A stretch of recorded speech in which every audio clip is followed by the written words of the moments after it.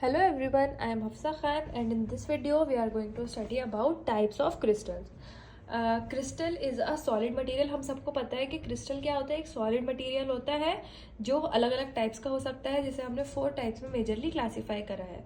First is the ionic crystal, next is the metallic crystal, covalent crystal and the molecular crystal. अब हम इन चारों को थोड़ा थोड़ा डिटेल में देखेंगे और ये यूजुअली आपसे पूछ लिया जाता है एग्जाम में.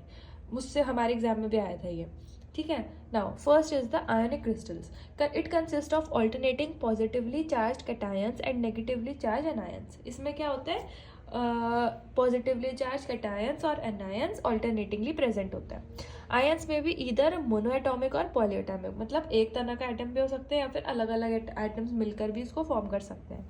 Ions crystal are hard and brittle. बहुत ज़्यादा हार्ड होता है और ब्रिटल होता है. उनका मेल्टिंग पॉइंट जो है वो बहुत ज़्यादा हाई होता है. For example NaCl. Next is the metallic crystal.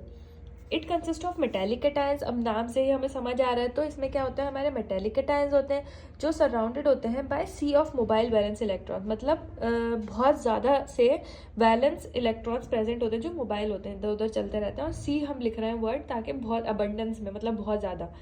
ठीक है. As a result metals are good conductor of electricity, जिसकी वजह से क्या होता है, ये जो मेटल्स हैं ये गुड कंडक्टर ऑफ इलेक्ट्रिसिटी होता है. Melting point of metallic crystals display a wide range. ऐसा फिक्स नहीं है, मतलब कुछ भी, किसी का मेल्टिंग पॉइंट ज़्यादा हो सकता है, किसी का कम भी हो सकता है, किसी का बहुत कम भी हो सकता है, किसी का बहुत ज़्यादा भी हो सकता है.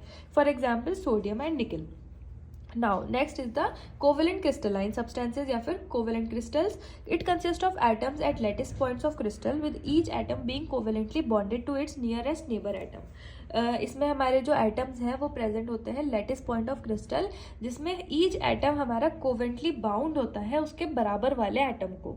इनका बहुत ज़्यादा एक्सट्रीमली हाई मेल्टिंग और बॉइलिंग पॉइंट रहता है. These crystals are hard and brittle. ये भी हमारे हार्ड और ब्रिटल होंगे लाइक आयनिक क्रिस्टल्स. और they do not conduct electricity in any state. अब ये बिल्कुल भी इलेक्ट्रिसिटी कंडक्ट नहीं करेंगे. They are very bad conductors of electricity. For example silicon और कार्बन या diamond. Last is the molecular crystals.